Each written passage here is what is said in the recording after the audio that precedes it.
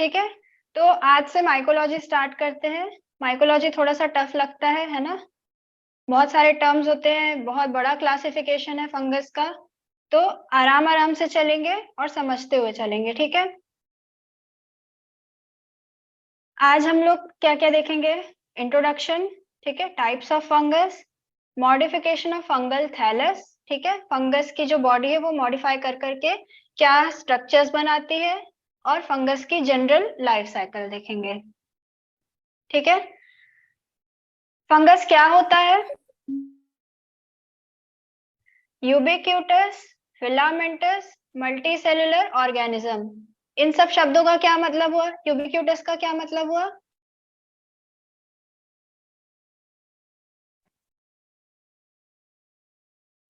Ubiquitous का मतलब हुआ जो हर जगह प्रेजेंट है ना। आप कहीं की भी सॉइल लेके उसका सीरियल डाइल्यूशन करके आप कोई ना कोई फंगस आइसोलेट कर ही सकते हैं, है ना।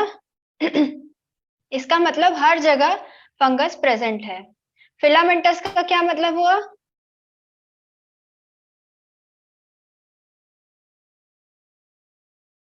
फिलामेंट मतलब ऐसा ट्यूबुलर स्ट्रक्चर होता है ना। फंगस की जो बेसिक बॉडी है वो कैसी होती है? फिलामेंटस टाइप होती है, ऐसा सिलिंड्रिकल स्ट्रक्चर होता है उसका, ठीक है। ट्यूबुलर बोल सकते हैं, ठीक है। ये उसकी बेसिक बॉडी होती है। क्या होता है फंगस का यूनिट? क्या होता है? हाइफा होता है ना। हाइफा से मिलके ही माइसिलियम बनता है, फिर फंगल बॉडी बनती है। तो बेसिक यूनिट क्या है? ये filamentous structure which is known as hypha, है ना। इसलिए हम लोगों ने इसको फिलामेंटस बोला है। मल्टीसेल्यूलर का क्या मतलब हुआ? Ma'am more than one cell. हाँ, मोर देन वन सेल से मिलके फंगस की बॉडी बनती है, ठीक है। और यूकैरियोटिक, यूकैरियोटिक का मतलब जिसका वेल डेवलप्ड न्यूक्लियर मेम्ब्रेन होता है न्यूक्लियस में, ठीक है। ये सारी प्रॉपर्टीज है फंगस की, ठीक है। Fungal cell is close to plant cell, ठीक है। फंगस सेल का जो स्ट्रक्चर रहता है it is very close to plant cell, ठीक है, पर ऑलवेज लैकिंग क्लोरोफिल, ठीक है। फंगस सेल में क्लोरोफिल नहीं होता है, ठीक है। Fungus word is derive from fungor which means to flourish, ठीक है। फ्लरिश होता है फंगल वर्ड का मीनिंग। इनका न्यूट्रिशन किस टाइप का होता है? Heterotrophic and absorptive type. Heterotrophic मतलब जो दूसरे ऑर्गेनिज्म पर डिपेंड होगा सरवाइव करने के लिए। राइट, मैम वो अपना फूड फूड खुद नहीं मटेरियल। बनाते है ना। उनका न्यूट्रिशन क्या होता है? एब्जॉर्प्टिव टाइप का। वो अपने सबस्ट्रेट से, ठीक है, जिसके ऊपर ग्रो कर रहे होते हैं उससे अब्जॉर्ब करके न्यूट्रिशन लेते हैं, ठीक है। Food reserve in fungi is glycogen, ठीक है। फूड किस फॉर्म में स्टोर होता है? ग्लाइकोजन के फॉर्म में, है ना। ह्यूमंस में किस फॉर्म में होता है? स्टार्च। ह्यूमंस में ग्लाइकोजन के फॉर्म, और प्लांट्स में? स्टार्च के फॉर्म। प्लांट्स में स्टार्च के फॉर्म में होता है, ठीक है। इनका रिप्रोडक्शन सेक्सुअली भी होता है, एसेक्सुअली भी होता है, ठीक है। एक अलग चैप्टर है रिप्रोडक्शन इन फंजाई, उसमें देखेंगे कि फंजाई रिप्रोड्यूस कैसे करते हैं, ठीक है। अब ये स्ट्रक्चर देखो, सेल वॉल किसकी बनी है? काइटिन एंड ग्लूकन की, ठीक है। Fungal cell wall is made up of chitin and glucan. जो ट्रू फंजाई होते हैं, ठीक है, जो एक्चुअली फंजाई के डिवीजन में आते हैं, उनकी सेल वॉल बनी होती है काइटिन एंड ग्लूकन की, ठीक है। जिनको हम फॉल्स फंजाई बोलते हैं उनकी सेल वॉल बनी होती है सेल्यूलोज की, वो भी हम आगे देखेंगे, ठीक है। Ergosterol, chief source of sterol. Fungus में जो स्टेरॉल का सोर्स है वो एर्गोस्टेरॉल होता है, ठीक है। साइटोप्लाज्म सबको पता है क्या होता है? It is very close to plant cell, ठीक है। जो जो प्लांट सेल में देखने को मिलता है वो भी यहाँ पे देखने को मिलेगा, बस कुछ डिफरेंसेस है, ठीक है। सेल वॉल में डिफरेंस है, स्टेरॉल में डिफरेंस है, क्लोरोफिल नहीं होता है ना।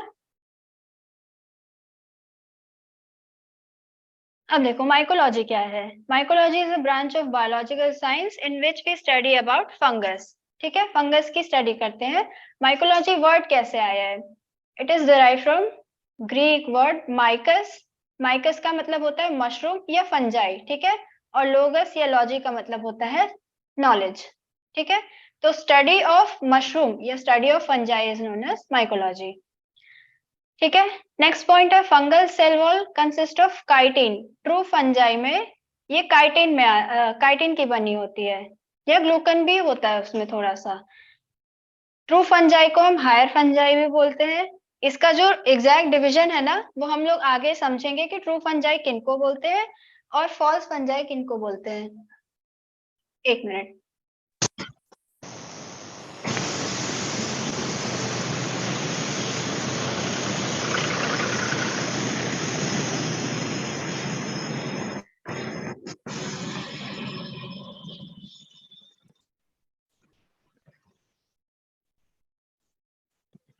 ठीक है, तो जो एक्चुअली फंगस में आते हैं ना, फंजाई डिवीजन में आते हैं, उनको हम बोलते हैं ट्रू फंजाई, ठीक है।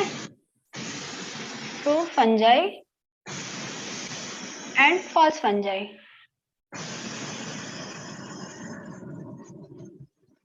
फंगस एक अपना पूरा डिवीजन है, किंगडम फंजाई बोलते हैं ना, वो एक अपना ही कुछ अलग आवाज आ रहा है किंगडम है। मैम, हाँ, मैम बैकग्राउंड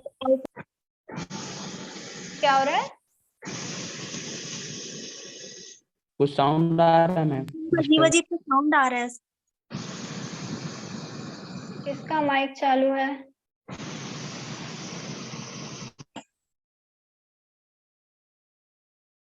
कार्तिक, अपना माइक ऑफ कर लो।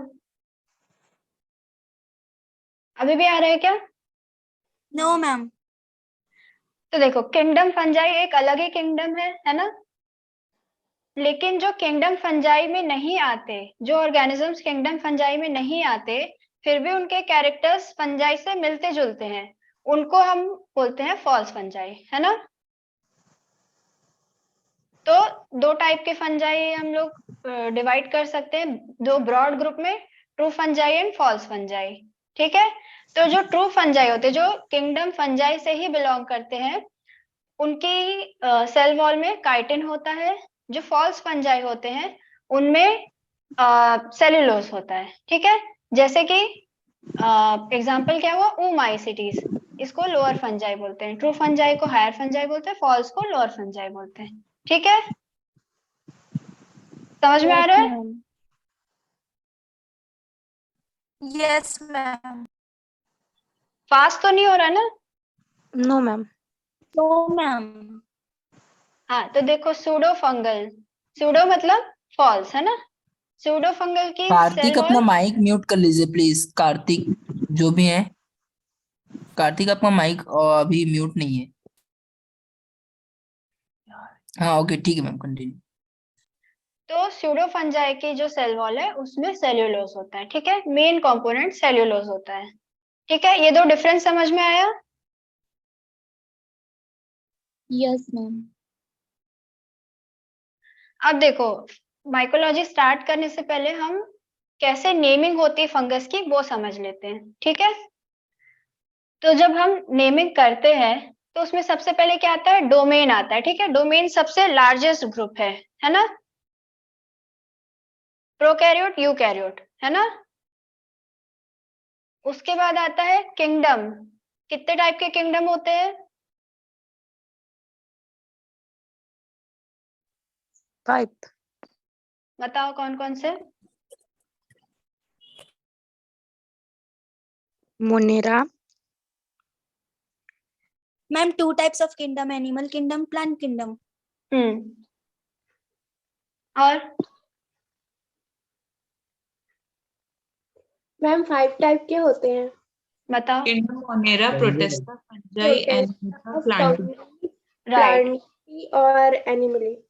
राइट, ठीक है। 5 किंगडम्स। उसमें से एक किंगडम होता है फंजाई,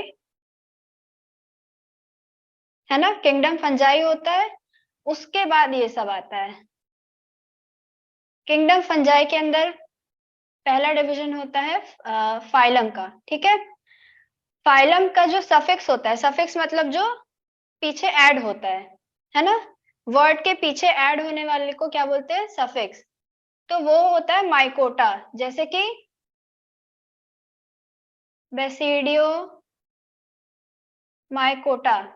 ठीक है, तो हम लोगों ने कहीं भी देखा कि बेसिडियो माइकोटा लिखा है तो हम समझ जाएंगे कि ये फाइलम की बात हो रही है ना, एस्कोमाइकोटा। ठीक है, उसके बाद उसके नीचे क्या आता है, सब फाइलम, जिसका सफिक्स होता है माइकोटीना। ठीक है, जैसे कि एस्कोमाइकोटीना। ठीक है, तो जब भी माइकोटीना हम देखेंगे तो समझ जाएंगे कि वो सब फाइलम है। ठीक है, उसके बाद आता है क्लास। क्लास में क्या आएगा, जैसे ऊमाइसिटीज, एस्कोमाइसिटीज। ठीक है, सिटीज, माइसिटीज देखेंगे तब हम समझ जाएंगे कि ये क्लास है। सब क्लास में माइसिटिडी। ठीक है, वैसे ही ऑर्डर में आएगा एल्स, जैसे कि ग्लियोस्पोरेल्स। ठीक है, ये एल्स आ रहा है मतलब ये ऑर्डर है। फैमिली में एसी, और ये जो सफिक्स है, ठीक है, इनमें से क्वेश्चन आता है। ठीक है, कि अगर हम फाइलम की बात कर रहे हैं तो सफिक्स कौन सा होगा, सब फाइलम की बात करें तो सफिक्स क्या होगा, अगर माइसिटीज लिखा है तो वो कौन से डिवीजन की बात कर रहे हैं हम, क्लास है, सब क्लास है, ऑर्डर है, फैमिली है, ऐसे क्वेश्चंस आते ही हैं। ठीक है, जीनस का कोई सफिक्स नहीं होता, स्पीशीज का कोई सफिक्स नहीं होता, ये यूनिक होता है ना। हर ऑर्गेनिज्म का अपना एक जीनस और स्पीशीज होता है ना, ये सारे ऑर्गेनिज्म के लिए यूनिक होता है। ठीक है,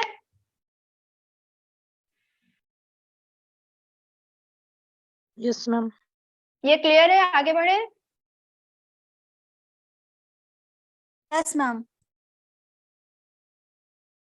अब देखते हैं थोड़ा सा फंगल बॉडी के बारे में। ठीक है, फंगस में होता क्या क्या है। फर्स्ट है हाइफा। ठीक है, हाइफा जो है वो बेसिक यूनिट है फंगस की बॉडी का, है ना। हाइफा से मिलके ही सब कुछ बनता है। हाइफा क्या होता है, it is a network of branch filament. ठीक है, ये सिर्फ फिलामेंट होता है, ऐसा ट्यूबुलर स्ट्रक्चर जो इसमें दिख रहा है ना, ये है हाइफा। अब हाइफा दो टाइप के होते हैं, सिनोसेटिक हाइफा एंड सेप्टेट हाइफा। सिनोसेटिक का मतलब क्या हुआ, देयर इज नो सेप्टेशन। ठीक है, ऐसा डिवीजन नहीं दिख रहा है इसमें कहीं पे भी, है ना, जबकि इसमें दिख रहा है ना। तो इस चीज को बोलते हैं सेप्टा। ये जो डिवीजन बना रहा है ना, इसको बोलते हैं सेप्टा। ठीक है, और जिस हाइफा में सेप्टेशन होता है उसको बोलते हैं सेप्टेट हाइफा, जिसमें नहीं होता है उसको बोलते हैं सिनोसेटिक हाइफा। ठीक है, Yes, ma'am. ये सेप्टा की वजह से एक एक सेल अलग अलग होता है। ठीक है, ये देखो एक न्यूक्लियस दिख रहा है बीच में, हर सेल के बीच में एक न्यूक्लियस दिख रहा है। Yes, ma'am. हाँ, तो इसको बोलते हैं सेप्टा। ये जो डिमार्केट कर रहा है इसको बोलते हैं सेप्टा।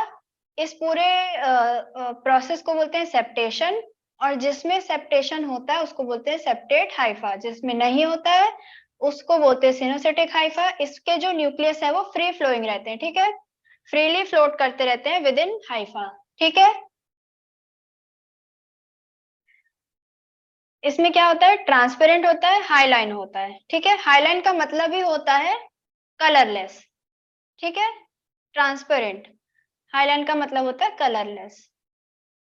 ठीक है, ये दोनों वर्ड याद रखना, हाईलाइन एंड सिनोसिटिक। ठीक है, ये बहुत इंपॉर्टेंट वर्ड्स है, इससे क्वेश्चन आते हैं। ठीक है, हाइफा कैसा होता है, हाईलाइन होता है, कलरलेस होता है और सिनोसिटिक होता है, इसका मतलब उसमें कोई सेप्टा नहीं होता है। ठीक है, ये दोनों टर्म्स याद रखना। नेक्स्ट होता है, नेक्स्ट माइसीलियम देखते हैं। Aggregation of hypha is known as mycelium, मतलब हाइफा एग्रीगेट हुआ, खूब सारे हाइफा मिलके एक माइसीलियम बनाते हैं, एक नेटवर्क टाइप का बनाते हैं। ठीक है, उसको बोलते हैं माइसीलियम। ठीक है, एक फिलामेंट को बोलेंगे हाइफा और उसके नेटवर्क को बोलेंगे माइसीलियम। ठीक है, एग्रीगेशन ऑफ हाइफा। अब माइसीलियम के एग्रीगेशन से, ठीक है, माइसीलियम के ग्रुप से मिलके बनता है थैलस, जिसको बोलते हैं फंगस की बॉडी। ठीक है, a large filamentous structure which is devoid of root, stem and leaves. मतलब फंगस की बॉडी में क्या होता है, थैलस होता है, थैलस कहते हैं उसको, which is a complete fungal body, लेकिन उसमें कोई रूट स्टेम या लीव नहीं होता, ठीक है, उसमें कोई डिवीजन नहीं होता है जैसे प्लांट्स में होता है ना, रूट स्टेम लीव्स ब्रांचेस, ऐसा नहीं होता है फंगस की बॉडी में, ठीक है। माइक ऑफ कर लो। ठीक है, ये तीनों समझ में आया, hypha, thallus, mycelium. Yes, ma'am. Ma'am एक बार फिर से। देखो, एक सिंपल फिलामेंट को हम बोल देंगे हाइफा, ठीक है।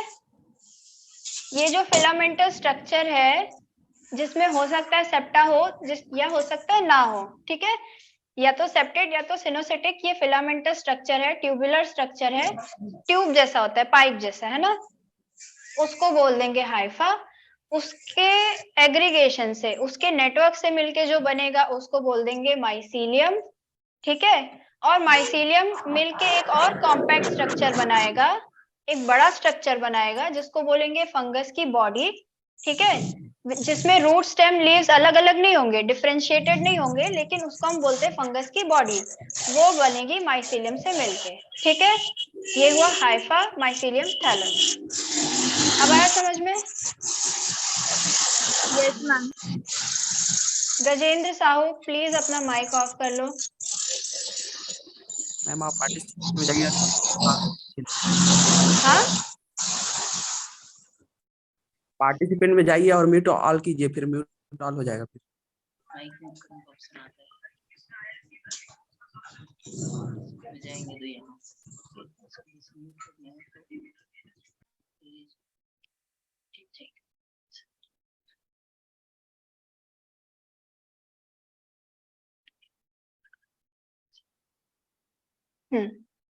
ठीक है, ये तीनों में डिफरेंस समझ में आया? Yes ma'am. बहुत बेसिक चीज है लेकिन इससे क्वेश्चन आता है ना।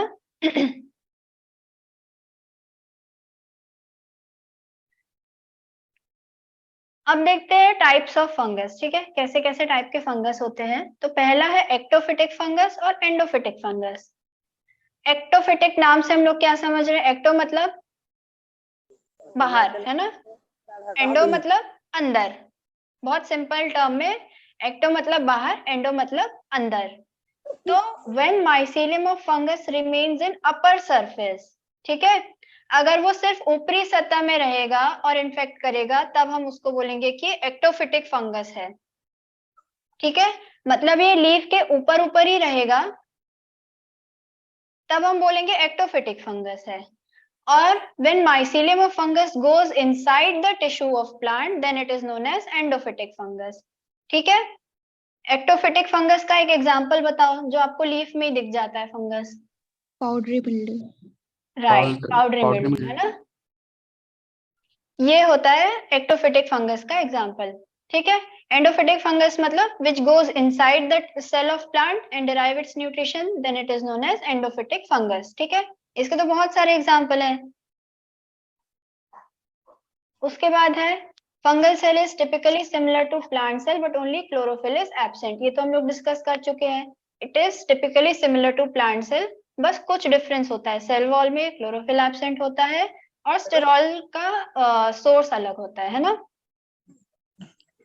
उसके बाद एंडोफिटिक फंगस को फर्दर दो ग्रुप्स में डिवाइड करते हैं which is intercellular and intracellular, ठीक है। इंटरसेल्युलर मतलब बिटवीन द सेल, इंट्रासेल्युलर मतलब विद इन द सेल। अब इसको कैसे समझेंगे?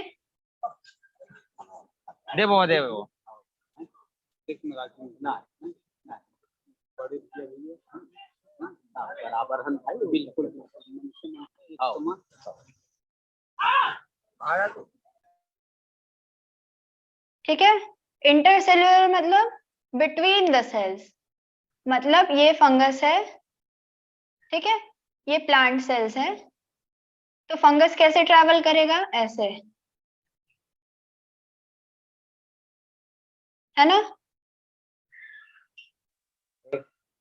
ठीक है। और जब इंट्रासेल्युलर बोलेंगे तो कैसे करेगा? ऐसा। समझ में आ रहा है डायग्राम से? Yes ma'am. जब इंटरसेल्युलर कोई फंगस है, एंडोफिटिक फंजाई, वो बिटवीन सेल मूव करेगा, है ना। और जो इंट्रासेलुलर है वो विद इन सेल मूव करेगा, ठीक है। इंटर और इंट्रा में कोई कंफ्यूजन तो नहीं है ना? No, ma'am. No. अब देखो types of fungus on the basis of thallus, ठीक है। थैलस के बेसिस पे किस किस टाइप के फंगस होते हैं। पहला है plasmodium. Thallus is naked and cell wall is absent. क्योंकि सेल वॉल एब्सेंट होती है इसलिए रिजिडिटी नहीं होती है सेल में, है ना।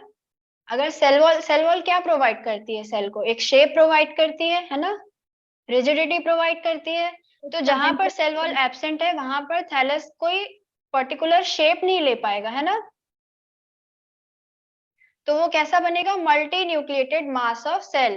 It will only be a multi nucleated mass of cell, ठीक है। वो कोई पर्टिकुलर शेप नहीं लेगा, ठीक है। तब उसको बोलेंगे कि वो प्लाज्मोडियम टाइप का थैलस है। और एग्जाम्पल क्या है उसका? क्लब रूट ऑफ क्रूसिफर का पैथोजन प्लाज्मोडियोफोरा ब्रासिका, ठीक है। Yes ma'am. सेकंड है यूनिसेल्युलर थैलस। यूनिसेल्युलर थैलस मतलब सिंगल सेल का बना हुआ है फंगल बॉडी, ठीक है। वो वैसे ही सर्वाइव करता है in the form of single cell. इसका बेस्ट एग्जांपल है ईस्ट का सेल, है ना। नेक्स्ट है सिंकाइट्रियम एंडोबायोटिकम। सिंकाइट्रियम से क्या कौन सा डिजीज होता है?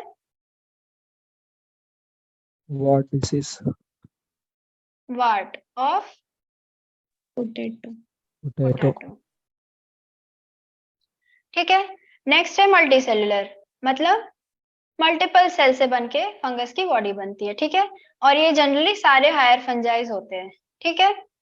तो plasmodium type, unicellular type, multicellular, इन दोनों का एग्जाम्पल याद रखना,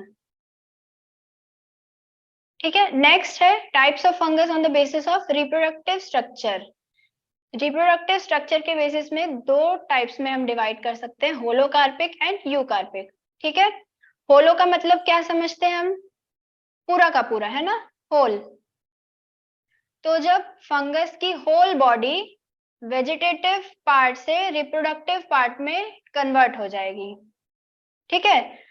whole fungal thallus will convert from a vegetative part to a reproductive part. तब हम बोलेंगे कि वो होलोकार्पिक थैलस है। फॉर एग्जाम्पल सिंकाइट्रियम, मतलब उनमें अलग अलग वेजिटेटिव ऑर्गन और रिप्रोडक्टिव ऑर्गन नहीं होते हैं, सिर्फ एक फंगस की बॉडी होती है। जब उसकी रिप्रोडक्शन का टाइम आता है तो पूरी की पूरी वो थैलस रिप्रोडक्टिव पार्ट में कन्वर्ट हो जाता है, ठीक है। उसमें अलग से कोई वेजिटेटिव पार्ट और रिप्रोडक्टिव पार्ट नहीं होता है, एक सिंपल सी बॉडी होती है। जब वेजिटेटिव स्टेज रहता है तो वेजिटेटिव पार्ट रहता है, जब रिप्रोडक्शन का टाइम आता है तो वो पूरे का पूरा थैलस रिप्रोडक्टिव पार्ट में कन्वर्ट हो जाता है, ठीक है। Yes, ma'am. जबकि यूकार्पिक में क्या होता है? Thallus is differentiated into vegetative part and reproductive part, ठीक है। अलग से ये थैलस है तो एक वेजिटेटिव पार्ट होगा, एक रिप्रोडक्टिव पार्ट होगा, है ना। इसको बोलेंगे यूकार्पिक।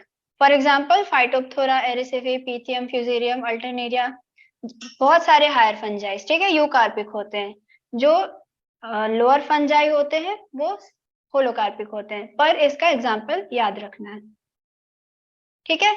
ये डायग्राम से ही हमको दिख रहा है एक ही बॉडी है और उसी में स्पोर्स दिख रहे हैं, और जब रिप्रोडक्टिव स्टेज आ रहा है तो स्पोर्स बाहर निकलते हुए दिख रहे हैं, ठीक है। जबकि यूकार्पिक में देखो ये पूरा का पूरा अलग सा स्ट्रक्चर है। ये स्पोरोकार्प दिख रहा है ना, जिसके अंदर से स्पोर्स निकल रहे हैं, और ये वेजिटेटिव स्ट्रक्चर दिख रहा है ना, दिख रहा है। Yes, ma'am. ये दोनों समझ में आया, होलोकार्पिक और यूकार्पिक। Yes, ma'am. आगे बढ़े। Yes, ma'am. अब types of mycelium based on septation, ये हम लोगों ने अभी अभी देखा, एसेप्टेट या सिनोसिटिक माइसीलियम और सेप्टेट माइसीलियम। एसेप्टेट में क्या होता है? क्रॉस वॉल या पार्टीशन एब्सेंट होता है। क्रॉस वॉल या पार्टीशन को हम सेप्टा बोलते हैं, है ना, वो एब्सेंट होता है, तो न्यूक्लियस फ्रीली मूव कर पाता है, ठीक है, उसको एसेप्टेट माइसीलियम बोलते हैं। लोअर फंजाई में होता है ये, oomacetes और zygomacetes में, ठीक है। जब हम ये सारे क्लासेस पढ़ेंगे ना, तब इनके कैरेक्टर्स को और अच्छे से डिटेल में पढ़ेंगे, ठीक है। नेक्स्ट है सेप्टेट माइसीलियम, इसमें क्रॉस वॉल और पार्टीशन प्रेजेंट होता है, जैसे कि डायग्राम से ही दिख रहा है, ये देखो ये सेप्टेट माइसीलियम है, इसमें ये क्रॉस वॉल दिख रही है, इसमें नहीं दिख रही है, ठीक है। और सेप्टेट माइसीलियम सारे हायर फंजाइज में होता है। नेक्स्ट है प्राइमरी सेप्टा। प्राइमरी सेप्टा क्या होता है, मतलब जैसे ही न्यूक्लियर डिवीजन हुआ, सेल डिवाइड हुई और सेप्टा बन गया, तब हम उसको बोलेंगे ये प्राइमरी सेप्टा है, ठीक है। Just after the division of nucleus partition, cross wall and septation develop, then it is known as primary septa, ठीक है। सेल डिवीजन के तुरंत बाद से ये बन जाएगा, तो इसको बोलेंगे प्राइमरी सेप्टा। एडवेंटिशियस सेप्टा कब बोलेंगे, जब ये माइसीलियम है मान लो, ठीक है, यहाँ से कुछ रिप्रोडक्टिव स्ट्रक्चर बनना चालू हुआ, तो इसको डिलिमिट करने के लिए, ठीक है, इसको इसका पार्टीशन करने के लिए जो सेप्टा बनेगा, इसको बोलेंगे एडवेंटिशियस सेप्टा, ठीक है। ये समझ में आया? मैम एक बार और। एक बार और मैम। मैम देखो ये माइसीलियम है, ठीक है, ये भी डिवाइड होता है, इसके अंदर भी सेल है, डिवीजन होगा, है ना। जैसे ही सेल डिवीजन हुआ और एक सेप्टा बन गया सेल को अलग करने के लिए, ठीक है, न्यूक्लियस को पार्टीशनिंग करने के लिए, तब हम इसको बोलेंगे प्राइमरी सेप्टा है, ठीक है। फिर एक सेल बना, उसके लिए एक सेप्टा बन गया, फिर एक सेल बना डिवीजन से, उसके लिए एक सेप्टा बन गया, फिर एक सेल बना, उसके लिए सेप्टा बन गया, ताकि न्यूक्लियस अलग अलग रहे, तब बोलेंगे प्राइमरी सेप्टा है। लेकिन एक टाइम के बाद रिप्रोडक्टिव स्ट्रक्चर भी बनना है, ठीक है, तो जब रिप्रोडक्टिव स्ट्रक्चर बना, उसके बाद जो सेप्टा बनेगा उसको अलग करने के लिए, पार्टीशन करने के लिए, तब बोलेंगे एडवेंटिशियस सेप्टा है, ठीक है। मैम इसका एग्जाम्पल, हाँ, इसका एग्जाम्पल क्या होगा? एग्जाम्पल कोई एक नहीं है, अभी तो इतने सारे हम लोग फंगस पढ़ने वाले, उनमें अलग अलग रहता है, ठीक है। किसी एक फंगस का ये एक फिनोमिना नहीं है, ये जनरली होता है, सारे फंगस में होगा ये, है ना। जब नॉर्मली सेल डिवीजन हो रहा है और तब जब सेप्टा बन रहा है, तब उसको हम प्राइमरी सेप्टा बोल देंगे। लेकिन जब रिप्रोडक्टिव स्ट्रक्चर बनने वाला है और उसका सेप्टेशन होगा, तब एडवेंटिशियस सेप्टा बोल देंगे, ठीक है। ये किसी एक फंगस की प्रॉपर्टी नहीं है, ठीक है, जिनमें भी माइसीलियम है, सेप्टेशन हो रहा है, उनमें ऐसा होगा, ठीक है। Yes ma'am. अब नेक्स्ट देखते हैं थैलस के बेसिस पे डिवीजन। दो टाइप के होंगे, होमोथैलिक एंड हेट्रोथैलिक।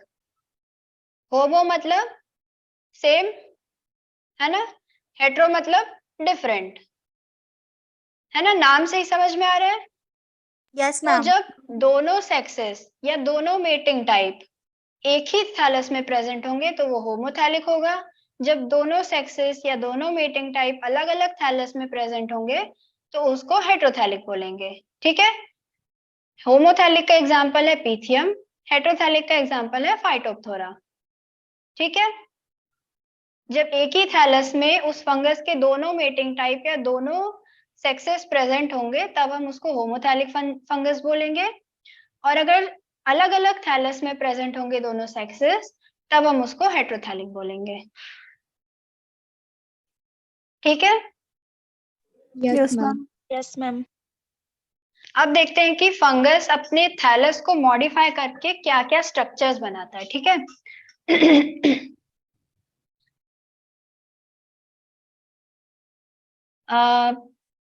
फंगस के थैलस के मॉडिफिकेशन का पर्पस क्या क्या होता है, क्यों फंगल थैलस मॉडिफाई होता है, ठीक है। टू ऑब्टेन नरिशमेंट, ठीक है, अपने एनवायरनमेंट के हिसाब से उसको कैसे नरिशमेंट लेना है, इस हिसाब से वो अपना थैलस को मॉडिफाई करके कुछ स्पेशल स्ट्रक्चर्स बनाता है, ठीक है। For growth and development and to survive in unfavourable condition, ठीक है। इन तीनों पर्पस से फंगस अपना थैलस मॉडिफाई करके कुछ स्पेशल स्ट्रक्चर्स बनाता है to overcome any unfavourable condition. ठीक है, ओवर विंटरिंग करना है, होस्ट नहीं मिल रहा है, तो वो अपना फंगस का थैलस मॉडिफाई करके कुछ स्ट्रक्चर्स बनाएगा। ठीक है, वो कौन कौन से स्ट्रक्चर्स होंगे? पहला है राइजोमॉर्फ। राइजोमॉर्फ से क्या समझते हैं हम? राइजो का मतलब हुआ रूट, है ना, मॉर्फ का मतलब हुआ शेप। ठीक है, तो रूट के शेप जैसा जो स्ट्रक्चर होगा, जो रूट को रिजेंबल करेगा, ठीक है, रूट के जैसा दिखेगा, उसको बोलेंगे राइजोमॉर्फ। ठीक है, इमेज से दिख रहा है ना? Yes ma'am. और आर्मिलेरिया मेला और गैनोडर्मा लूसिडम, ये दोनों क्या है? मशरूम्स हैं। ये दोनों राइजोमॉर्फ्स बनाते हैं। ठीक है, आर्मिलेरिया मेला एंड गैनोडर्मा लूसिडम। ठीक है, ये समझ में आया? रूट के शेप का फंगल माइसीलियम होगा। ठीक है, नेक्स्ट है स्ट्रोमा। स्ट्रोमा क्या है? एक कॉम्पैक्ट मास ऑफ हाइफाई। ठीक है, लाइक अ मैट्रेस, गद्दे टाइप का, ठीक है, कुशन टाइप का, जिसमें फ्रूटिफिकेशन होता है। मतलब फ्रूटिंग बॉडी स्ट्रोमा में बनती है। स्ट्रोमा क्या होता है? बेस होता है, समझो।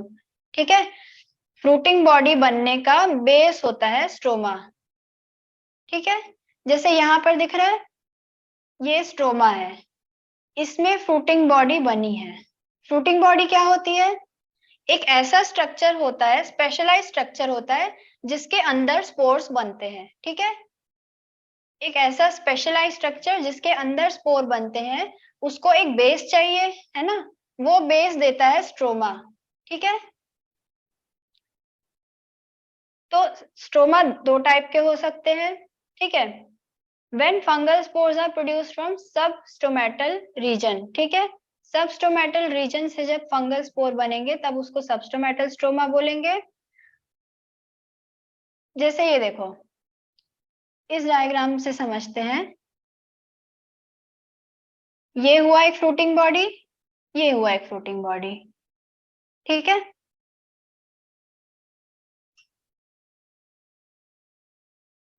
अब ये है पेरिथीशिया। ये जो फ्रूटिंग बॉडी बन रही है, इसको हम बोल रहे हैं पेरिथीशिया। ठीक है, इसके अंदर बनेंगे स्पोर्स। तो ये हो गया पेरिथीशियल स्ट्रोमा, ये हो गया पेरिथीशियल स्ट्रोमा। ठीक है, और जब यहां पर बन रहा है, यहां पर स्पोर्स बन रहे हैं, तब हम इसको, इस पार्ट को बोल देंगे सबस्टोमेटल रीजन और सबस्टोमेटल स्ट्रोमा। ठीक है, फ्रूटिंग बॉडी में जब बन रहा होगा तो वो पेरिथीशियल स्ट्रोमा होगा, जब उनके बीच में बन रहा होगा, ठीक है, सबस्टोमेटल रीजन में, तब उसको बोल देंगे सबस्टोमेटल स्ट्रोमा। ठीक है, ये आया समझ में? Yes ma'am. देखो पेरिथीशियल स्ट्रोमा में क्या लिखा है? When flask shape fruiting body develop in the surrounding of stroma. ये फ्लास्क शेप का दिख रहा है फ्रूटिंग बॉडी, है ना? Yes ma'am. तो फ्लास्क शेप फ्रूटिंग बॉडी जब डेवलप होगा सराउंडिंग स्ट्रोमा, तब हम बोलेंगे पेरिथीशियल स्ट्रोमा है। ठीक है, और उस पेरिथीशिया में से फंगल स्पोर्स बनेंगे। ठीक है, सबस्टोमेटल में क्या लिखा है? When fungal spores are produced from substomatal region, मतलब इस रीजन में, ठीक है, या इस रीजन में, इस पार्ट को बोलेंगे सबस्टोमेटल रीजन। ठीक है, इस पार्ट को, इस पार्ट को। ठीक है, अब इसका एग्जाम्पल क्या है? सबस्टोमेटल का है सर्कोस्पोरा, पेरिथीशियल का है क्लेविसेप्स। ठीक है, सर्कोस्पोरा का एक का डिजीज बताओ important. Tikka disease. Tikka disease. और क्लेविसेप्स का?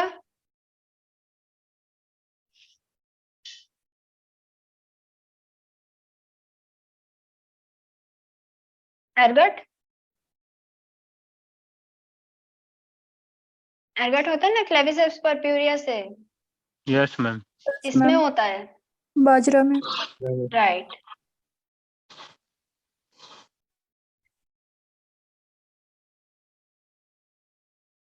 अब देखो जनरल कैरेक्टर्स देखते हैं फंगस के, ठीक है।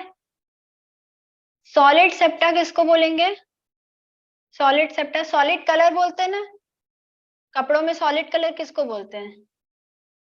Yes, ma'am. प्लेन कलर होता है, ठीक है, उसमें कोई प्रिंट नहीं होता, कोई एम्ब्रॉयडरी नहीं होती, कुछ नहीं होता, सिर्फ सॉलिड कलर होता है ना। तो वैसे सॉलिड सेप्टम में क्या होगा? नो पोर्स और होल्स, ठीक है। ये सेप्टा है, इसमें कोई पोर नहीं है, कोई होल नहीं है, सब्सटेंसेस का इधर से इधर जाने का कोई साधन नहीं है, ठीक है। तब बोलेंगे कि ये सॉलिड सेप्टा है। फॉर एग्जांपल जियोट्रिकम स्पीशीज, ठीक है। जब होल्स प्रेजेंट रहते हैं, होल्स का काम क्या होगा? सब्सटेंसेस के ट्रांसलोकेशन को फैसिलिटेट करना है ना, सब्सटेंस इधर से इधर जा पाए ये देखना। तो जहां पर होल प्रेजेंट होगा उसको बोलेंगे सिंपल परफोरेटेड सेप्टा। परफोरेशन का मतलब क्या हुआ? होल होता है ना।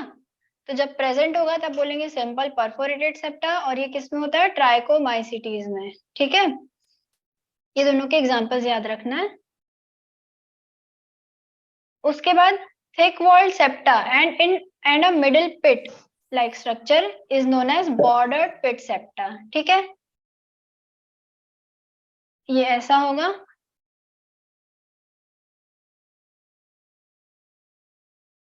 ऐसा, ठीक है। थिक वॉल्ड होगा और मिडिल पिट होगा, मतलब बीच में एक पिट जैसा स्ट्रक्चर होगा, तब बोलेंगे कि ये बॉर्डर्ड पिट सेप्टा है, ठीक है। उसके बाद when large pores are present in hypha then it is known as ascomycotina septa। ascomycetes में सेप्टा कैसा होता है? बड़े बड़े पोर्स प्रेजेंट होते हैं। सेप्टा में पोर्स का साइज बड़ा होता है, कितना बड़ा होता है? 0.05 से 0.5 माइक्रोमीटर का, ठीक है।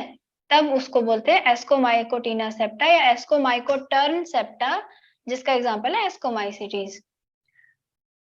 ये सब जनरल थे, ठीक है। ये है इंपॉर्टेंट, बहुत इंपॉर्टेंट, इससे क्वेश्चन आएगा ही आएगा, जिसको हम बोलते हैं डॉलीपोर सेप्टा, ठीक है। When apical portion of septa makes a barrel shape, ये barrel है ना, barrel shape structure and it is covered by a cap known as parenthosome, ठीक है। डॉलीपोर सेप्टा कैसा होता है? ऐसा, ये होता है डॉलीपोर सेप्टा का स्ट्रक्चर, ठीक है।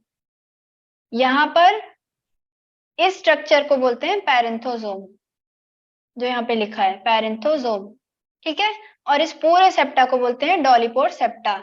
ये किस में प्रेजेंट होता है? बैसिडियोमाइकोटिना में। बैसिडियोमाइकोटिना का सबसे इंपॉर्टेंट कैरेक्टर्स है, वन ऑफ द सबसे इंपॉर्टेंट कैरेक्टर्स डॉलीपोर सेप्टा, ठीक है।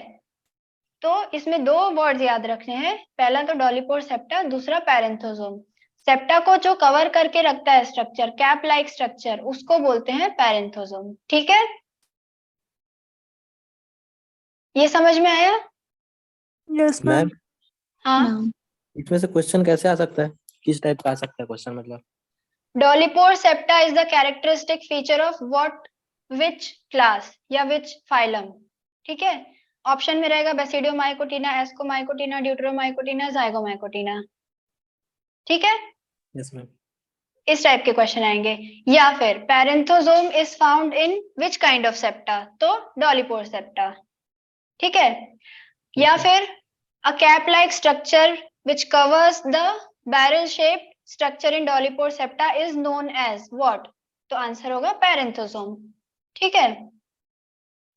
Yes ma'am. तो ऐसे 3-4 टाइप के क्वेश्चन है, जिसमें से एक तो आता ही है, डॉलीपोर सेप्टा से रिलेटेड क्वेश्चन आता ही है, ठीक है। Yes ma'am.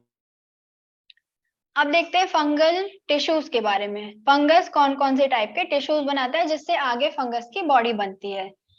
तो फंगल टिश्यू का नाम है प्लेक्टेनकाइमा, ठीक है। प्लेक्टेनकाइमा जनरल फंगस की टिश्यू को बोलते हैं, ठीक है। और प्लेक्टेनकाइमा के अरेंजमेंट से कौन कौन से टाइप के टिश्यूज बनते हैं ये देखते हैं, ठीक है। Prosenchyma, mycelia are loosely arranged and individual hypha can be seen, ठीक है। जब लूजली अरेंज्ड होता है माइसीलियम, तब जो टिश्यू बनती है उसको प्रोजेन्काइमा बोलते हैं, फॉर एग्जाम्पल इन अगैरिकस। ठीक है, अगैरिकस क्या है? Mushroom ma'am. मशरूम। कौन सा? बटन मशरूम, है ना?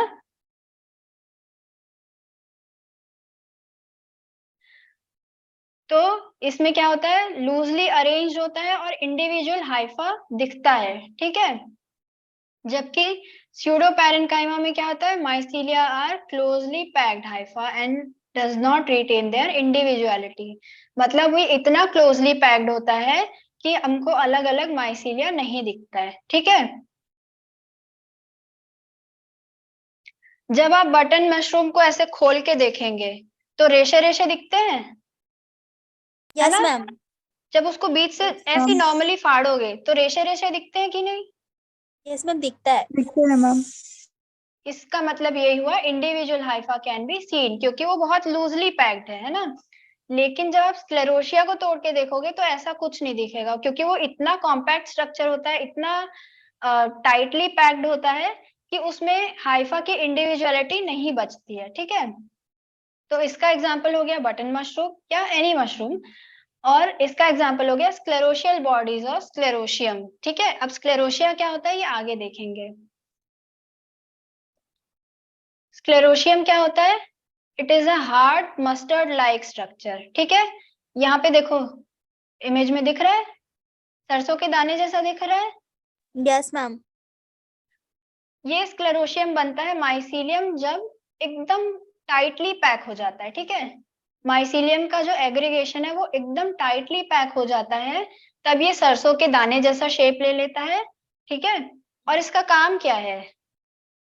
माइसीलियम बना, उसके बाद उसने होस्ट को इन्फेक्ट किया, अपना लाइफ साइकिल कंप्लीट किया, लेकिन अब होस्ट के जाने का टाइम आ रहा है। ठीक है, तो फंगस अपने आप को बचा के रखने के लिए क्या करेगा, अपना माइसीलियम एकदम कॉम्पैक्टली पैक कर लेगा, है ना?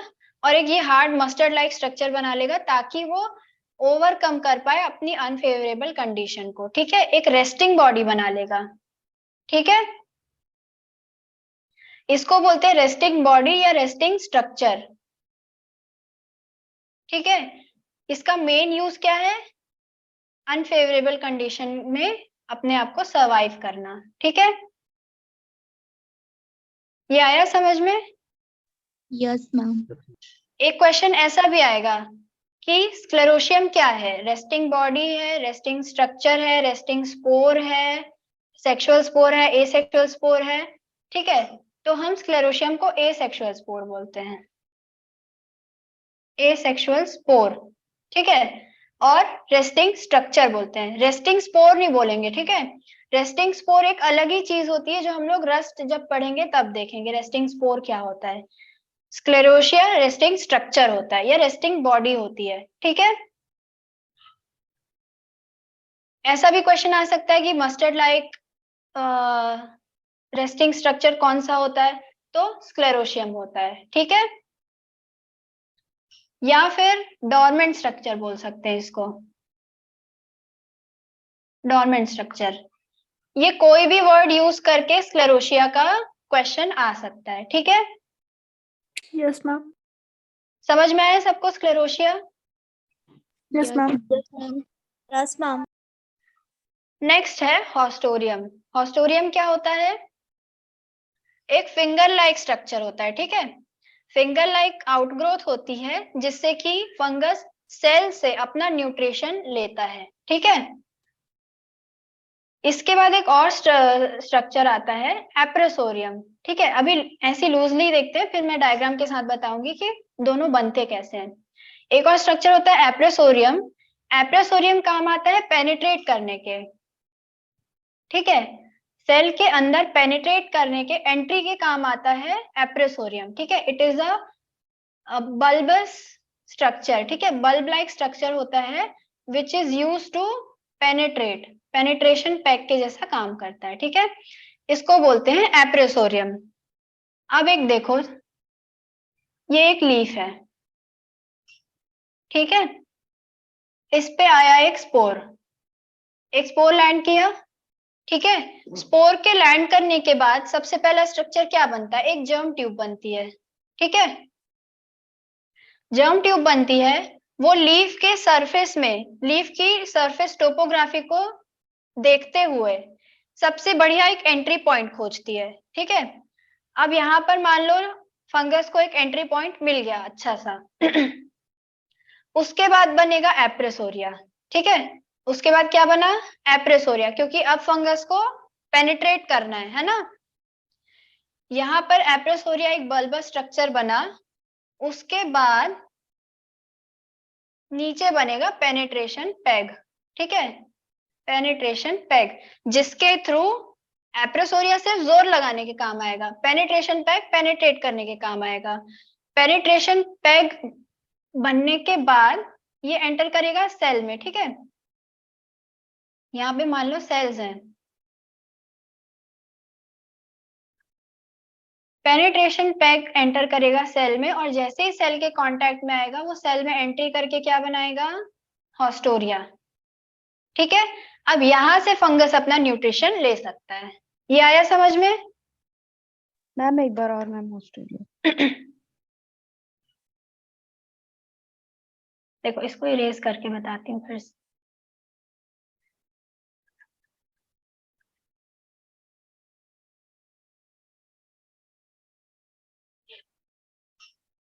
ठीक है, मान लो ये लीफ है। ठीक है, यहाँ पर आके एक स्पोर लैंड हुआ फंगस का, अब वो सबसे पहले बनाएगा जर्म ट्यूब। ठीक है, जर्म ट्यूब क्या करेगा? लीफ की सरफेस टोपोग्राफी को एनालाइज करेगा कि कहां पर उसको एंटर करना चाहिए। ठीक है, अब उसको मान लो एक जगह मिल गई, वहां पर जाके एप्रेसोरिया बनाएगा। एप्रेसोरिया, एप्रेसोरिया क्या होता है? एक बल्ब लाइक स्ट्रक्चर होता है। ठीक है, जो जोर लगाने के काम आता है। ठीक है, ये एप्रेसोरिया बनाएगा पेनिट्रेशन पैग, जो एक्चुअली लीफ के अंदर पेनिट्रेट करेगा। ठीक है, पेनिट्रेशन पैग। अब मान लो लीफ के अंदर एंट्री हो गई फंगस की, तो तो पेनिट्रेशन पैग को क्या मिलेगा? सेल की लेयर मिलेगी लीफ के अंदर। अब जैसे ही पेनिट्रेशन पैग सेल के कांटेक्ट में आया, ये क्या बनाएगा? हॉस्टोरिया बना देगा, है ना। हॉस्टोरिया मतलब फिंगर लाइक स्ट्रक्चर। अब ये हॉस्टोरिया का काम क्या है? न्यूट्रिशन डराइव करना। तो फंगस यहाँ से अपना न्यूट्रिशन डराइव करेगा, और भी जगह ग्रो करेगा, एक सेल से दूसरे सेल में जाएगा, और ऐसे करके अपने आप को एस्टैब्लिश कर लेगा। ठीक है, अब आया समझ में? Yes ma'am. अब इन दोनों का डिफरेंस देखना। ठीक है, एप्रेसोरिया और हॉस्टोरिया से बहुत सारे क्वेश्चंस आते हैं। एप्रेसोरिया जो है ये बल्ब लाइक स्ट्रक्चर है ना। हॉस्टोरिया जो है ये फिंगर लाइक स्ट्रक्चर है। ये पहला डिफरेंस हो गया। एप्रेसोरिया किस काम आता है? पेनिट्रेशन के काम आता है। हॉस्टोरिया किस काम आता है? न्यूट्रिशन के काम आता है ना, न्यूट्रिशन लेने के काम आता है, जबकि एप्रेसोरिया पेनिट्रेशन के काम आता है। ठीक है, ये दूसरा डिफरेंस हो गया। आया समझ में? Yes ma'am. एक और पॉइंट है, ये एप्रेसोरिया जो इतना फोर्स लगा रहा है, ये इतना फोर्स आ कैसे रहा है इसके पास? तो पहला कैरेक्टर तो एप्रेसोरिया का ये है कि इसमें होता है मेलानिन। ठीक है, मेलानिन से एप्रेसोरिया में आती है रिजिडिटी। ठीक है, और एक कलर आता है, डार्क ब्राउन कलर आता है। Melanin is responsible for colour as well as rigidity. ठीक है, और होता है इसमें ग्लिसरॉल। एप्रेसोरिया के अंदर होता है ग्लिसरॉल, जिससे इसमें आती है टर्जिडिटी। ठीक है, टर्गर प्रेशर बनाता है ग्लिसरॉल। ठीक है, टर्गर प्रेशर बनाता है, जिसकी वजह से पेनिट्रेशन पैग पेनिट्रेट कर पाता है। ठीक है, तो ये प्रेशर एप्रेसोरिया की वजह से मिलता है, क्योंकि इसमें ग्लिसरॉल होता है। ठीक है, और एप्रेसोरिया की वॉल में मेलानिन होता है। ठीक है, मेलानिन क्या होता है? क्या है मेलानिन? पिगमेंट कलर पिगमेंट है ना। कलर देता है। ह्यूमंस में भी होता है, Yes, Yes, ma'am. ma'am. Yes ma'am right. ठीक है, ये एप्रेसोरिया हॉस्टोरिया समझ में आ गया? Yes ma'am. Yes, ma'am. इसमें कोई डाउट नहीं है? किस टाइप के क्वेश्चंस बनेंगे ये समझ में आ गया? Yes ma'am. ठीक है, नेक्स्ट देखते हैं राइजोइड्स। राइजोइड का क्या मतलब हुआ? राइजो मतलब रूट्स, है ना? Yes, ma'am. Yes, ma'am. और ऑइडिस का मतलब क्या होता है? ऑइड्स वर्ड ना ऑइडिस से डिराइव्ड है। ऑइडिस, ऑइडिस का मतलब होता है लाइक, ठीक है, उसके जैसा, रूट के जैसा, ठीक है। जी मैम। तो राइजोइड का मतलब हुआ root like structure. Thallus forms root like structure and stem like substratum, ठीक है, which connect the thallus root like structure and substratum is known as rhizoid. It also absorbs the nutrition from host surface, ठीक है। इसका example क्या हुआ? Rhizopus, नाम से ही समझ में आ रहा है राइजो। अब ये कैसा होता है देखते हैं। राइजोपस कैसा होता है? ये होता है राइजोपस और ये है राइजोइड, ठीक है। ये राइजोपस का माइसीलियम हुआ, ये वाला पार्ट राइजोपस का माइसीलियम हो गया, ये हो गया राइजोइड्स, ठीक है, रूट लाइक स्ट्रक्चर है और सबस्ट्रेटम से होल्ड करके रखने के काम आता है और न्यूट्रिशन के काम आता है, ठीक है। और ये हो गया राइजोपस का स्ट्रक्चर, ठीक है। इसके अंदर क्या होते हैं? स्पोर्स भरे होते हैं, है ना? ठीक है, आया समझ में? Yes, ma'am. अब Yes, कुछ इंपॉर्टेंट पॉइंट्स देख लेते हैं। The sterile hypha present in the ostiole of perithecium is periphysis.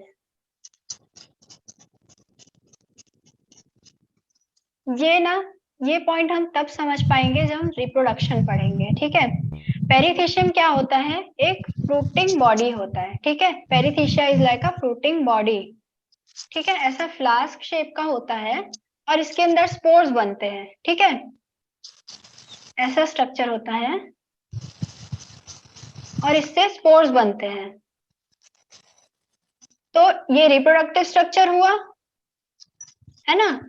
इसके बीच में ऐसे स्टेराइल माइसीलिया भी प्रेजेंट होते हैं। स्टेराइल, स्टेराइल मतलब जिनसे स्पोर नहीं बनता है, ठीक है। वो सिर्फ स्ट्रक्चरल सपोर्ट देने के काम आते हैं, उनको बोलेंगे स्टेराइल हाइफा। इन स्टेराइल हाइफा को बोलते हैं पेरीफाइसिस, ठीक है। जब हम नेक्स्ट क्लास में रिप्रोडक्शन पढ़ेंगे ना, तो ये फ्रूटिंग बॉडी, पेरीफाइसिस, पैराफाइसिस, ये सब अच्छे से देखेंगे, ठीक है। नेक्स्ट पॉइंट देखते हैं। हेटेरोकैरियोसिस is the condition in fungal Haifa that are genetically different that come together in the same cell to form heterokaryons, ठीक है। इस वर्ड का क्या मतलब है? हेट्रो मतलब डिफरेंट, है ना। yes, ma'am. मैम कैरियोसिस मतलब कैरियो वर्ड आया मतलब न्यूक्लियस, है ना। डिफरेंट न्यूक्लियस मतलब एक कोई सेल है फंगस का जिसमें दो अलग अलग पेरेंट के न्यूक्लियस प्रेजेंट है, दो अलग अलग ओरिजिन के न्यूक्लियस प्रेजेंट हैं, ठीक है। तब बोलेंगे कि वो हेट्रोकैरियन है, उस सेल को बोलेंगे हेट्रोकैरियन, ठीक है। नाम से ही समझ में आ रहा है, हेट्रो मतलब डिफरेंट, कैरियन मतलब न्यूक्लियस। तो जब एक ही सेल में दो अलग अलग जेनेटिकली डिफरेंट न्यूक्लियस प्रेजेंट होते हैं, तब हम उस सेल को बोलते हैं हेट्रोकैरियन और उस कंडीशन को बोलते हैं हेट्रोकैरियोसिस, ठीक है। Yes, Yes, ma'am. ma'am. Aplanospores are produced by rhizopus. ये भी हम नेक्स्ट क्लास में बहुत अच्छे से समझ लेंगे, कौन कौन से टाइप के स्पोर्स होते हैं, वो किससे किससे प्रोड्यूस होते हैं, ठीक है। अभी बस ये देख लो कि एप्लानोस्पोर्स आर प्रोड्यूस्ड बाय राइजोपस, क्योंकि ये क्वेश्चन आया हुआ है सीटी में। नेक्स्ट क्या है? The protective covering of sterile hypha around an ascocarp termed as peridium. जो एस्कोकार्प होता है, एस्कोकार्प मतलब, कार्प मतलब समझ जाना कि वो कोई फ्रूटिंग बॉडी के बारे में बोल रहा है, ठीक है। और एस्को है मतलब एस्कोमाइसिटीज की फ्रूटिंग बॉडी के बारे में बोल रहा है। तो इस फ्रूटिंग बॉडी के अराउंड जो प्रोटेक्टिव कवरिंग होती है स्टेराइल हाइफा की, उसको बोलते हैं पेरिडियम, ठीक है। ये सब ना नेक्स्ट क्लास में बहुत अच्छे से समझ में आ जाएगा, क्योंकि हम लोग रिप्रोडक्शन ही पढ़ने वाले हैं। अब नेक्स्ट है, in agaricus the fruiting body is made up of secondary mycelium. जो मशरूम्स होते हैं ना, उनकी फ्रूटिंग बॉडी कैसे बनती है? हेट्रोकैरियोसिस के बाद, ठीक है। प्राइमरी माइसीलियम होता है, सेकेंडरी माइसीलियम होता है, टर्शरी माइसीलियम होता है। तो मशरूम्स में जो फ्रूटिंग बॉडी बनती है वो टर्शरी माइसीलियम के बाद बनती है, ठीक है। एगैरिकस में सेकेंडरी माइसीलियम से बनती है। नेक्स्ट है toxin piricularin is produced by fungus pyricularia. जो पैथोजन होते हैं, पैथोजेनिक फंगस होते हैं, वो अपनी एंट्री के लिए, एस्टैब्लिशमेंट के लिए टॉक्सिन्स बनाते हैं, ठीक है। ये टॉक्सिन पैथोजेनिसिटी कॉज करते हैं, स्पेसिफिक सिम्टम्स दिखाते हैं, ठीक है। तो फंगस के लिए टॉक्सिन्स बहुत इंपॉर्टेंट होते हैं। तो पायरिकुलेरिया जो फंगस है, पायरिकुलेरिया से कौन सा डिजीज होता है? राइस में होता है। हम राइस में कौन से सा? ब्लास्ट ब्लास्ट है ना। Yes ma'am. तो ब्लास्ट का फंगस क्या बनाता है? पायरिकुलरिन टॉक्सिन बनाता है, ठीक है। एक दिन हम लोग टॉक्सिन भी पढ़ेंगे, ठीक है। टाइप्स ऑफ टॉक्सिन, कौन कौन से फंगस कौन कौन से टॉक्सिन्स बनाते हैं। अब एक बार जनरल लाइफ साइकिल देख लेते हैं फंगस की।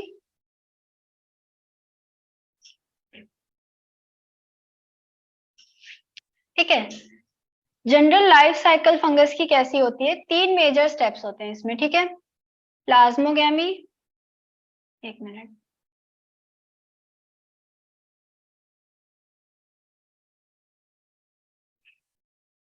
तीन बेसिक स्टेप्स होते हैं। प्लाज्मोगैमी,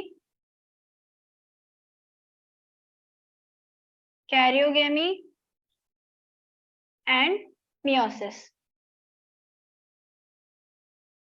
ठीक है। इन तीनों का मतलब क्या हुआ? प्लाज्मोगैमी मतलब प्लाज्मा का फ्यूजन, है ना, साइटोप्लाज्म का फ्यूजन। कैरियोगैमी का क्या मतलब हुआ? न्यूक्लियस का फ्यूजन। न्यूक्लियस का फ्यूजन। और मियोसिस मतलब डॉटर रिडक्शनल डिवीजन, है ना, सेल का रिडक्शनल डिवीजन। मियोसिस क्या होता है? इक्वेशनल डिवीजन होता है। मियोसिस में एक से कितने सेल बनते हैं? और माइटोसिस में एक से कितने सेल बनते हैं? 4। इसमें 1 से 4 माइटोसिस में एक से 2 बनते हैं और मियोसिस में 4 मियोसिस में 4 बनते हैं।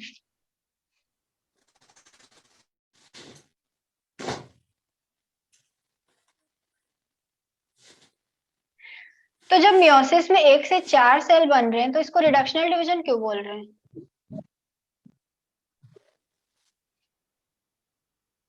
मैम 3D जनरेट हो जाते 4 हैं। भागों में हाँ, मैम 3 डिस्ट्रॉय हो जाते हैं, ओनली वन। हाँ, 3 डिस्ट्रॉय तो हो ही जाते हैं।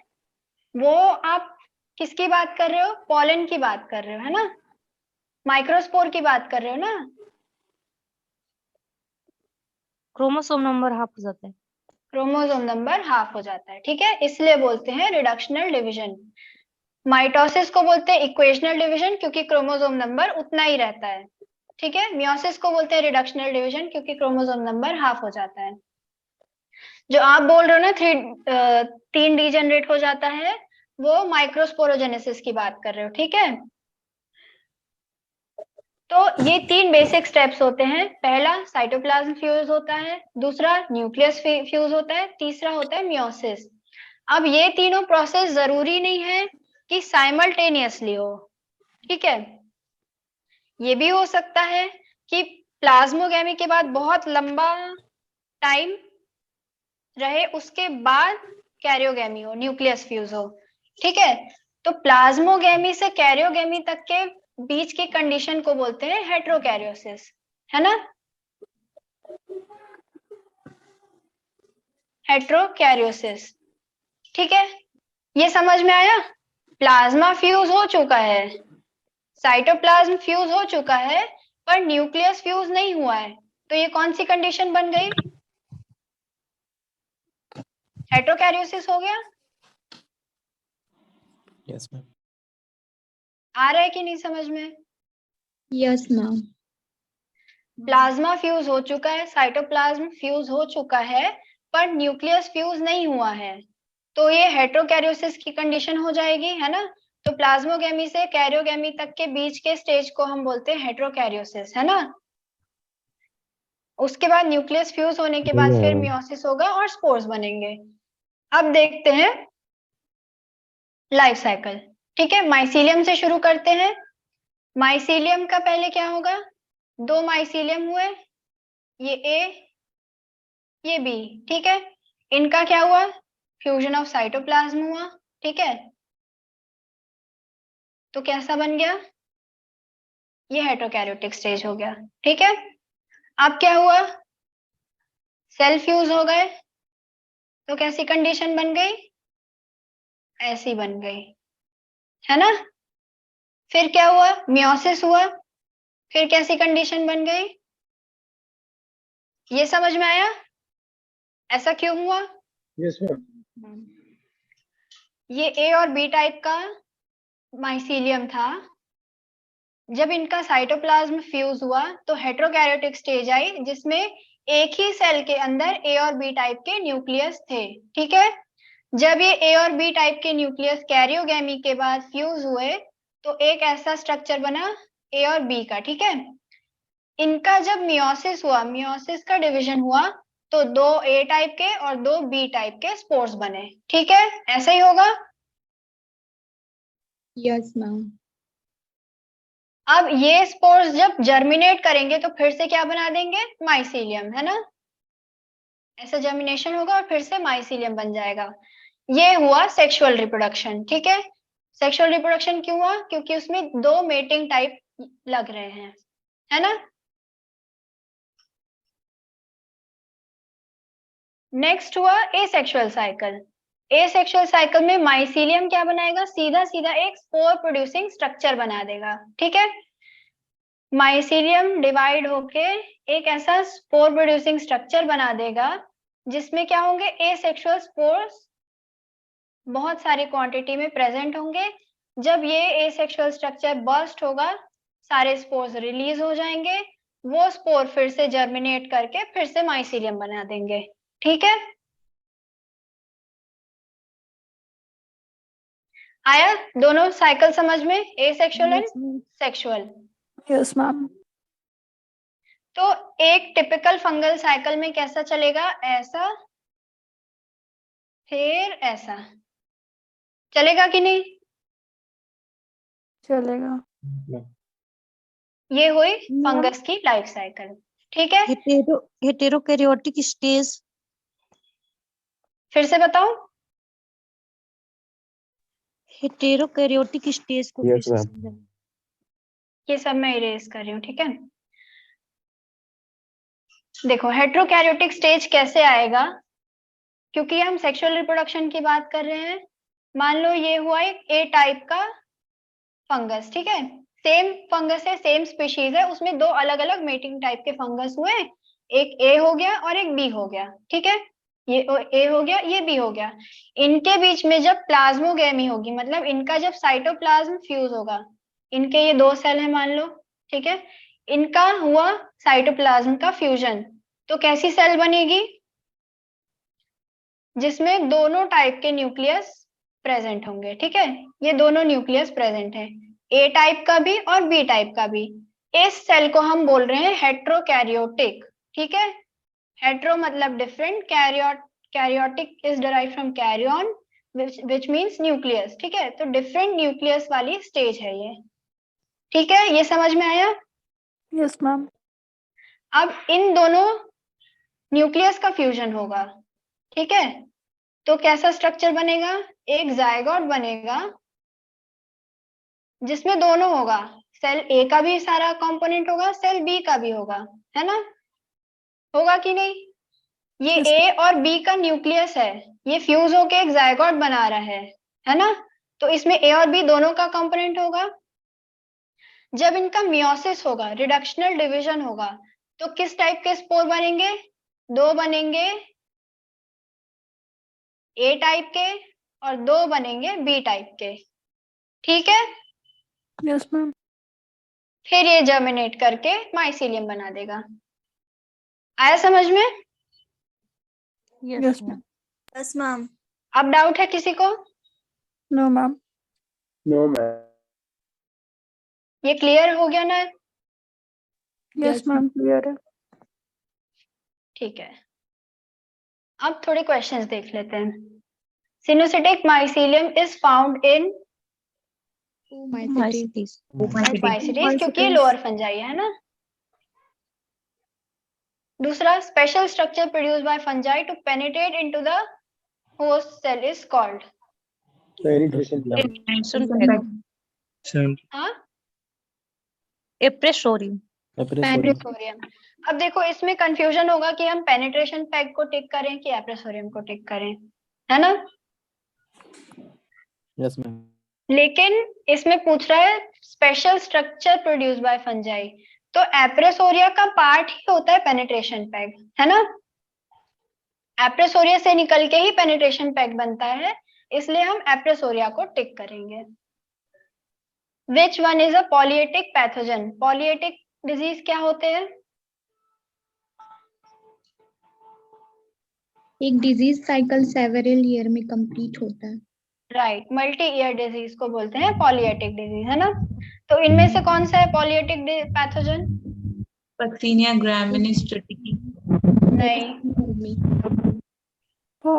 Phytophthora disease. मैम ये डी वाला है। हाँ, option D Dutch Elm disease का वो। क्यों है बताओ? मैम क्योंकि डच एल्म डिसीज का जो कॉज था ना, राइट, क्योंकि डच एल्म डिजीज होता है। पॉलिएटिक पैथोजन का ये कैरेक्टर है कि वो ट्रीज को इन्फेक्ट करते हैं, है ना? मल्टी ईयर डिजीज कब होगा? जब आप ट्रीज को इन्फेक्ट कर रहे हो, तब पैथोजन की लाइफ साइकिल को कंप्लीट होने में बहुत साल लग जाएंगे। ऑफियोस्टोमा अल्मी जो है वो ट्री को इन्फेक्ट करता है। अल्टरनेरिया सोलानी क्या है? अर्ली ब्लाइट का पैथोजन है। Yes, ma'am.